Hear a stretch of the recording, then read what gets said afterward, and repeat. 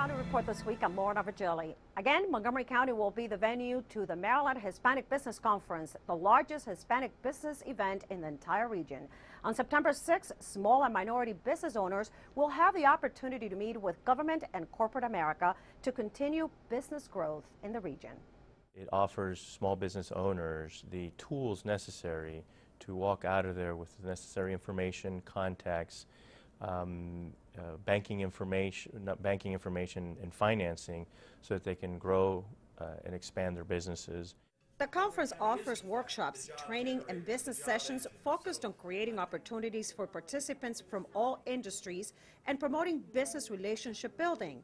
Last year and again this year, County Executive Leggett will be one of the keynote speakers. This is an opportunity for us to build on the successes that we've had thus far and to outreach to the broader Latino community in order for us to make certain that we can be as responsive as possible to their concerns. Because when we have growing businesses, and small businesses are in fact a good part of our local economy, it not only helps the Latino community, but helps the county and the state as well. It is estimated that 50% of all Hispanic businesses in the state are located in Montgomery County. That translates into an $8 billion economy. The conference also focuses on government contracting opportunities. Through the seminars, there's information given about how the procurement process works, procurement opportunities, and most importantly, the small business owner is able to talk to the procurement officer or contracting officer directly right there on site. The Maryland Hispanic Business Conference will be held on Tuesday, September 6th at the North Bethesda Marriott and Convention Center. For more information, visit www.mdhbc.com.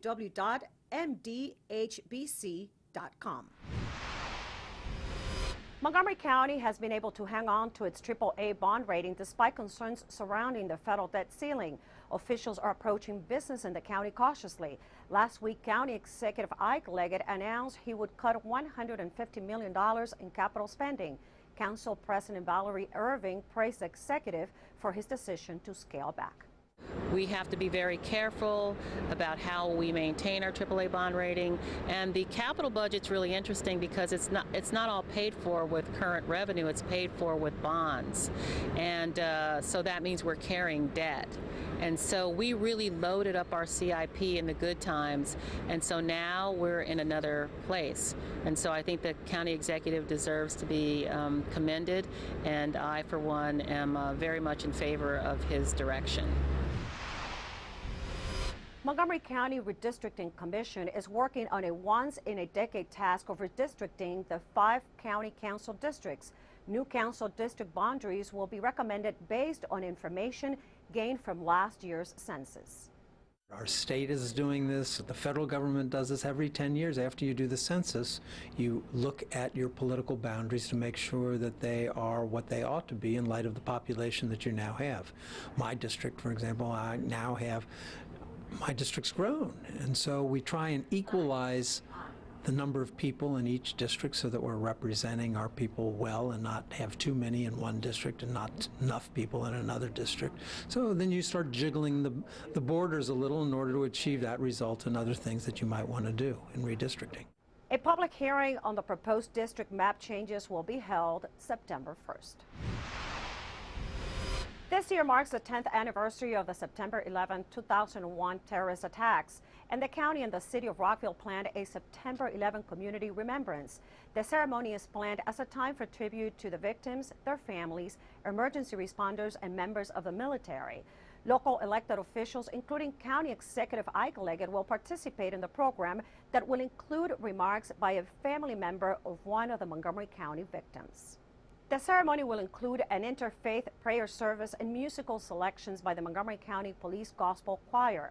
The public is invited to attend on Friday, September 9th at 12:30 in the afternoon in the Courthouse Square Park in Rockville. The Montgomery County Fair is in its 63rd year, and over the past week, folks in the fair community have had the opportunity to showcase what they do best. Our Susan Kennedy was there, and she brings us the story. Susan? Lorna, when people think about the Montgomery County Fair, they think of rides, cotton candy, and funnel cake. But really, the fair is a celebration of agriculture here in Montgomery County.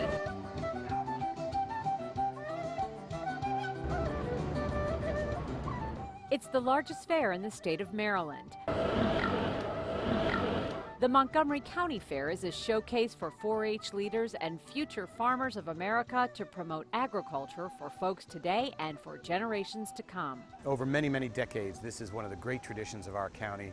Of course, at one time, we were primarily an agricultural county before World War II, but even as the suburbs have grown and the urbanization has increased, we're still very, very proud of our agricultural heritage, the history, but also the ongoing economic activity that's generated here in Montgomery County. Almost 1/3 of the county is set aside permanently as agricultural and open space. One of the highlights for many is a visit to the birthing center where several calves are born during Fair Week. Lilac made her grand appearance just a couple of hours before we arrived. And how long did it take her to give birth to this calf this morning? This one here was about two and a half hours. It was the process for her. Usually what I'll do is after I get so many cows, I'll sell the cows to the farmers so they can milk the cows. Montgomery County is real rich. The soil's rich, produces good quality animals and produce, grains. The fair is a good asset to the agriculture. Lets the public know exactly what can be produced in Montgomery County. The same holds true for Aaron Walker. They milk 120 cows 2 times a week at their Damascus farm. We've been on the same farm since 1796. I'm the 9th generation, so after that kind of tradition, it's kind of in your blood. You can't drop the ball. You just got to keep going. The job of King and Queen of the fair is to promote agriculture in the community through education efforts. This year's fair king, Michael Buscemi, says there's a lot the public doesn't know about the role agriculture plays in our daily lives. I think a lot of people that come to the fair aren't even aware of the 4-H program, and I think that's a shame because there's just so many different aspects that any type of person could get involved. There's the animal clubs that you have in 4-H, but then again there's other clubs. There's electronic clubs, there's community service clubs, so there's really something for everyone, and I think if more people realize that, then they would be more interested in joining 4-H. Everything in 4-H is just really good for all kids, and we really try and tell that to all the kids. We go to library visits, we go to 12 each year, and then we're also trying to promote 4-H and the fair as well in our barn tours this year. And we found a little healthy competition in one of the dairy barns where the title of Grand Champion was under discussion. I enjoy winning on show day. I'm going to try really hard, but I can't beat Patrick. I know that. I'm pretty confident I'm going to win Grand Champion again. What's the key to beating Patrick? Having his cow.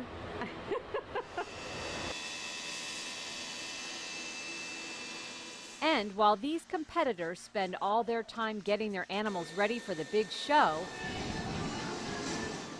there's always those folks who come for the rides. I'm Susan Kennedy for County Report This Week. When we come back, we will get a police update about a flash mob theft that occurred in Germantown. And we talk with County Executive Leggett about this particular incident and how a teen curfew can help. I'm Rockville 11's Bridget Breuer at the Rockville Senior Center. We had the chance to check out an exercise class where the students were sitting down on the job. We'll have more when County Report This Week continues. America's economic prosperity in the 21st century will depend on cybersecurity. With over 1.9 billion people online across the globe, cybersecurity jobs are in high demand to protect our public and national security. Master today's technology by enrolling in the Montgomery College Cybersecurity Program. We prepare entry-level computer technicians with expertise to enter the workforce or transfer credits for advanced degree opportunities. Apply today. Montgomery College, endless possibilities.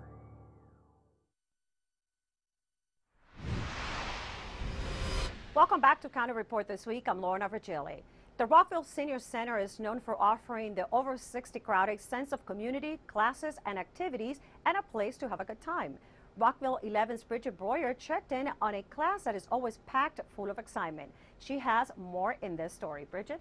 That's right. There's always a lot of fun happening at the Rockville Senior Center. We had the chance to drop in on a popular chair exercise class and found out laughing and having fun is as important as strength training. Diane Wallenmeyer has been attending Rockville Senior Center chair exercise class for years. It's essential for me to feel good I have arthritis, and it just makes me feel wonderful. I come in thinking, oh, I can't do this, and by the end of the class, I feel great. Participant Fern Fabus says the class keeps her feeling good. Well, I'm just happy. I never thought I'd live to be 79 years old. I just thought, my goodness, all of a sudden I woke up and I looked in the mirror. I said, oh, Fern. But I'm 79 years old, and I thank God for it. And I mean, I will continue. And I mean, as long as I do this stuff, I'll be living longer. Members of the class attribute their success to instructor Jackie Cristiano and her passion for keeping seniors fit. I just love her, and she makes me laugh, and she's lots of fun. She is as funny as anything. I mean, and she makes us laugh, and she's a good teacher, too, and I like her very much. Cristiano says lifting weights is just one of the many areas she focuses on. They build their upper body, and I work on their legs too. I mean, I try to get them to do some strength. That's what the band around the legs were, and then the weights on the knees and behind the knees. So we're trying to make them strong from head to toe and keep their minds going. 24 years on the job, keeping seniors healthy, we asked Cristiano what keeps her going. They're my inspiration. I have a 103-year-old lady that she hasn't been here for a few months, and you look at her and you say, I want to be like that. No, I want to be like Ruthie, who's 88 and can't see very well. She never stops. She's in 3 of my classes. For more information on the city's Rec and Parks Department, visit rockvillemd.gov/recreation. And now we go to Officer Janelle Smith for an update on the flash mob theft that occurred at a 7-Eleven store in Germantown. Officer? Yes, Lorna, it was early Saturday morning about 1:47 a.m. when Germantown officers responded to the 7-Eleven store located at 13001 Wisteria Drive, for at the time they believed a commercial holdup alarm. When they arrived, the cashier informed officers that in fact a group of young adults and juveniles, approximately 25 to 30 subjects, had come into the store. They had taken over the store in a sense and stolen anything that they could grab, including candy, snacks, and drinks.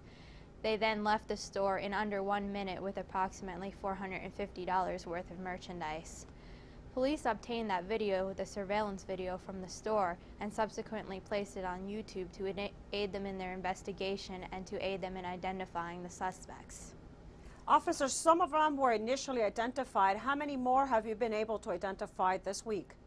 Yes, initially about 4 of them had been identified, but through the use of community resources as well as school resources, detectives have been able to identify tentatively about 15 of the approximately 26 subjects in the video. Thank you, Officer Smith, for that update. Regarding this particular flash mob, Executive Leggett expressed that this kind of activity will not be tolerated in the county and that this serves to illustrate how his recently proposed overnight curfew for juveniles under 18 years of age could enhance public safety throughout the county. Keep in mind, we have large numbers of unsupervised youth that are engaged in criminal behavior, not just after 11 p.m. I don't want to give that impression. But I think that when you look at it overall, you'll see that there's a great need for this, and we need to act on it. And you've seen what is happening. It doesn't take a great deal to create flash mobs. It doesn't take a great deal for young people to congregate. It doesn't take a great deal for kids to get engaged in antisocial and criminal behavior. Look at what has happened in places like Philadelphia. Look at what has happened twice in Montgomery County, both in Silver Spring and now in Germantown. This is something that's long overdue. And I think we need to come out of denial and deal with a problem that is growing and is likely to get worse. I do not want to have an incident of a huge magnitude in Montgomery County. We look back and said, we should have done this, we should have done that. No, the best thing to do is to be proactive and to get ahead of the game and to try to deal with it as effectively as we can now. When we come back, we will tell you who's moving in at Montgomery College Germantown campus. And we escape to an arts gathering in Baltimore. We'll be right back. Serving your community is a great feeling. The Montgomery County Volunteer Center can connect you to hundreds of volunteer opportunities available throughout the area. Are you a student, senior, professional, community group, or business looking to serve? Simply visit our website to select what's right for you and help celebrate the 25th anniversary of Community Service Day by taking part in our Pledge 25 Challenge. The Montgomery County Volunteer Center. Make an impact in your community. Where will you serve? Welcome back to County Report this week. I'm Lorna Virgili. There's some big news on Montgomery College's Germantown campus, and MCTV's Michael Brown has the details. A new future is taking shape at Montgomery College. The college's Germantown campus will soon be home to Holy Cross Hospital. With the approval of our lease with the Holy Cross Hospital, it opens up all kind of opportunities for our Science and Technology Park, for our campus, for college, and also for the county. The hospital will serve as the anchor tenant for the new Science and Technology Park on MC's Germantown campus. Most science and technology parks are anchored by a hospital or major biomedical facility. So for success of Science and Technology Park, it is very important to have an appropriate anchor tenant. And it will help us develop rest of the park, bringing more companies that have synergy with life sciences and biotechnology industries in the county. And for the college, it helps us with our academic program, and it will also help us develop new academic programs that will serve the life sciences and knowledge industry. The new hospital will benefit students in the health sciences programs, providing them with hands-on training. When Holy Cross and Montgomery College signed a memorandum of agreement, stipulation was Montgomery College's nursing program and health science programs have priority at that site. So it means that we could actually increase the enrollment by 64 students. And the hospital will provide other benefits. Holy Cross is giving the college foundation up to $100,000 a year for college grant. We had our first cycle last year, and a multitude of projects were funded. The other aspect that they're doing is they're basically providing us a clinical instructor for our nursing program. Construction on the new hospital begins late this year and should be completed in mid-2014. The result will be much-needed jobs and educational opportunities for the community. Locals and visitors alike have gathered to enjoy these last few days of summer by sharing their interest in the arts at this annual Baltimore Street Festival, Artscape. I'm out here in Baltimore, Maryland for the country's largest free arts festival, Artscape.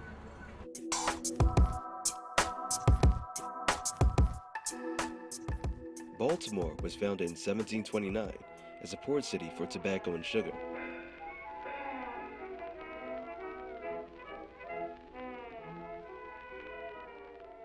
Now it's the cultural center of Maryland with over 2.5 million residents. It's also home to the massively large Artscape Festival. Artscape started in 1982 to celebrate the local art community. Today it's the country's largest free arts festival, spanning 12 city blocks and hosting over 350,000 people.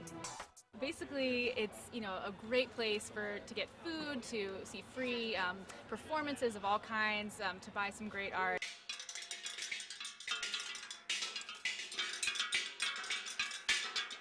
My name is Jeffrey Everett from El Jefe Design, and I create original screen-printed posters for local and national concerts. Most of the inspiration comes from bands, their lyrics, kind of their overall tone, but a lot of it is just sitting down, cup of coffee, working late hours, and my little kids saying, "Daddy, draw me something." I'm putting up this image of these 4 hands spelling the word love all around the city on 20 walls spread throughout. So I've done 7 so far. And we're just kind of out here today telling people about the project and selling our wares, trying to raise some more money for the next ones. I am selling 100% wool toys. People keep coming up to me and asking what kind of animal it is. It's a hybrid of an animal of camel, hippo, cat, dog. So it kind of allows the child's imagination to expand a little bit more. We had a great time down here at Artscape. Stay tuned in for more events going on around town.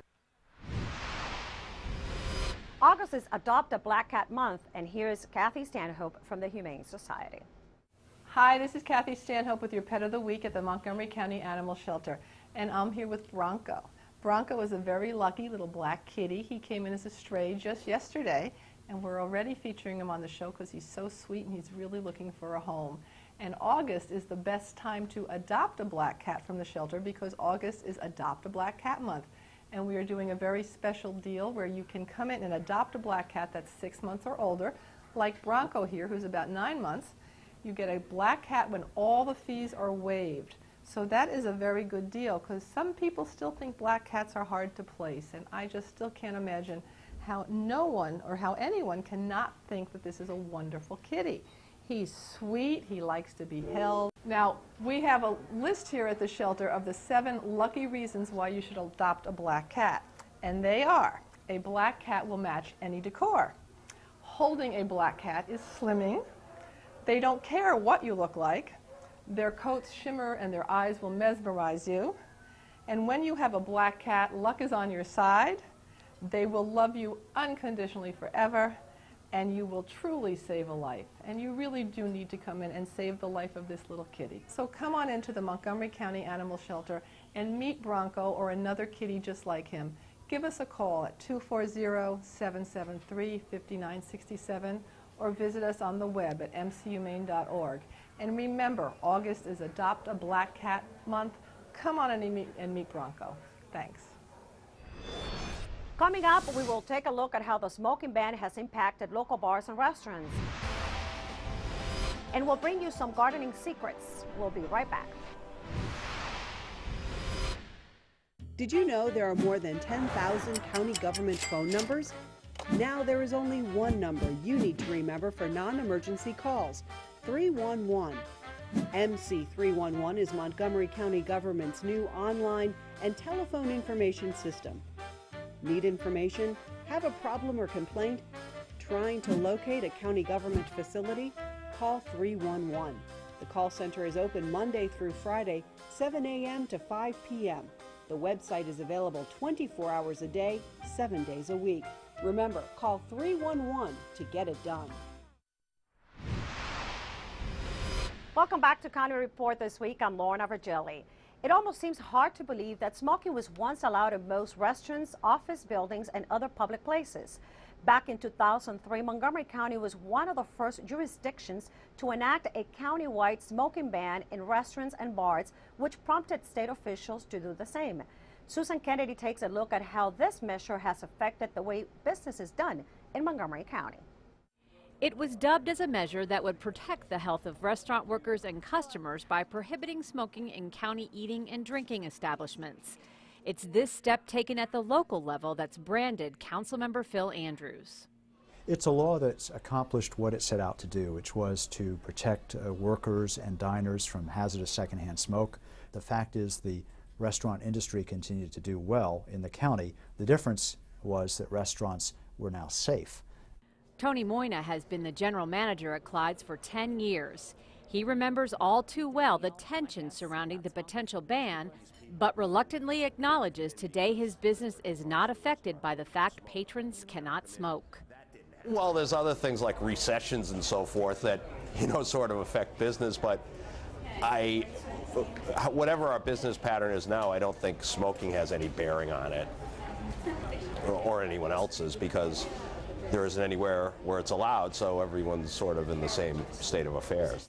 Phil Andrews maintains the best argument for the ban is that secondhand smoke violates the rights of non-smokers and restaurant employees. It's affected a lot of people. It affected thousands of restaurant workers who have served worked in restaurants over the past and bars over the last 7 years, and certainly everyone eats out from time to time. So it's probably had the most impact of the measures I've worked on, and I believe it's contributed significantly to the health of restaurant workers as well as to patrons. It's something that Montgomery County was able to lead the way on, and that once we did and people saw how well the law worked, that it didn't hurt business, and that it accomplished its purpose of protecting the public's health. And now if someone proposed repealing the smoke-free restaurant law, I'm sure there'd be people lined up around the block to say, no, this is great, keep it.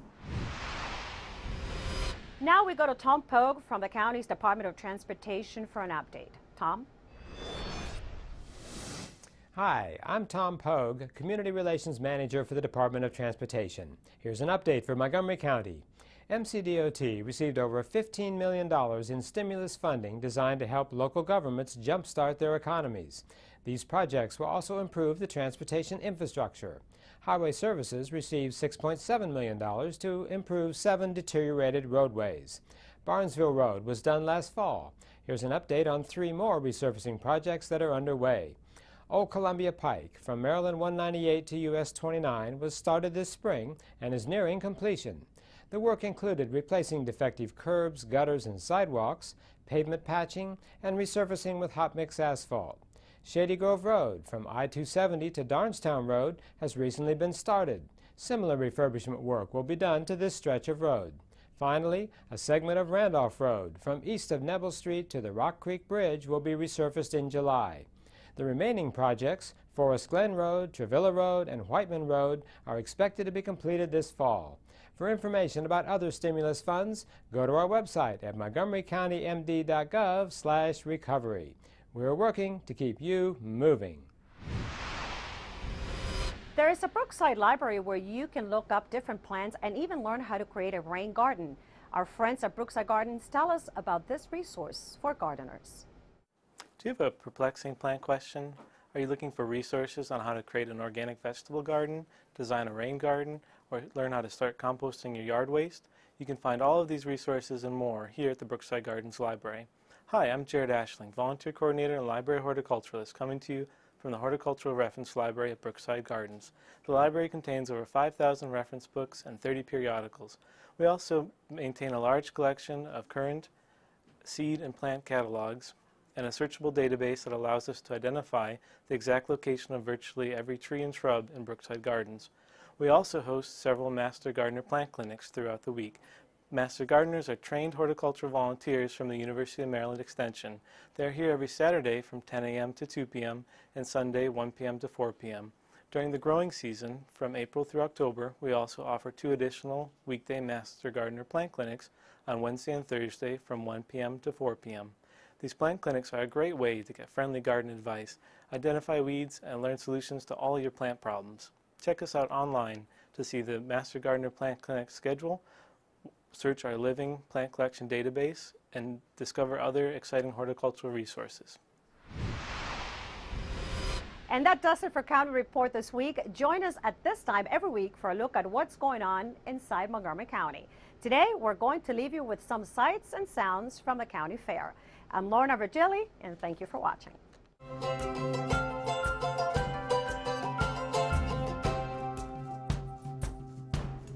I like to visit the fair. I used to be in 4-H and show cows. I go every year to milk the cows.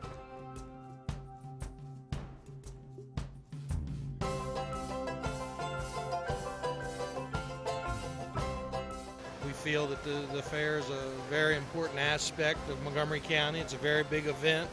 It's a wonderful place to promote agriculture in Montgomery County.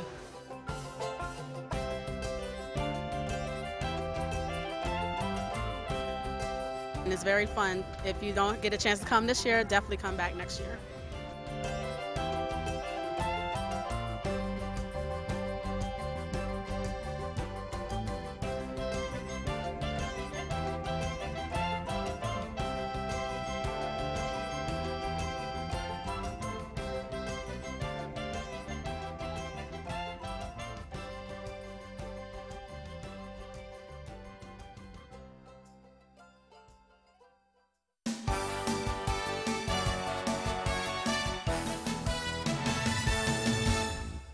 Register now for fall semester classes at Montgomery College. Course listings are available on the web and registration is now online only. For assistance and information, stop by the Admissions and Records Office online or at any of our 3 campuses. And if you're starting at MC this fall, then plan to attend one of the new student orientation sessions scheduled on MC's Germantown campus. The sessions offer a variety of workshops that provide essential information to help students successfully navigate their first semester at MC. MC's Gateway to College program is now accepting applications for fall. The program gives youth between the ages of 16 and 20 who have stopped attending Montgomery County Public Schools the opportunity to earn a high school diploma while transitioning to a college campus. For more information about the endless possibilities at your community college, visit our website.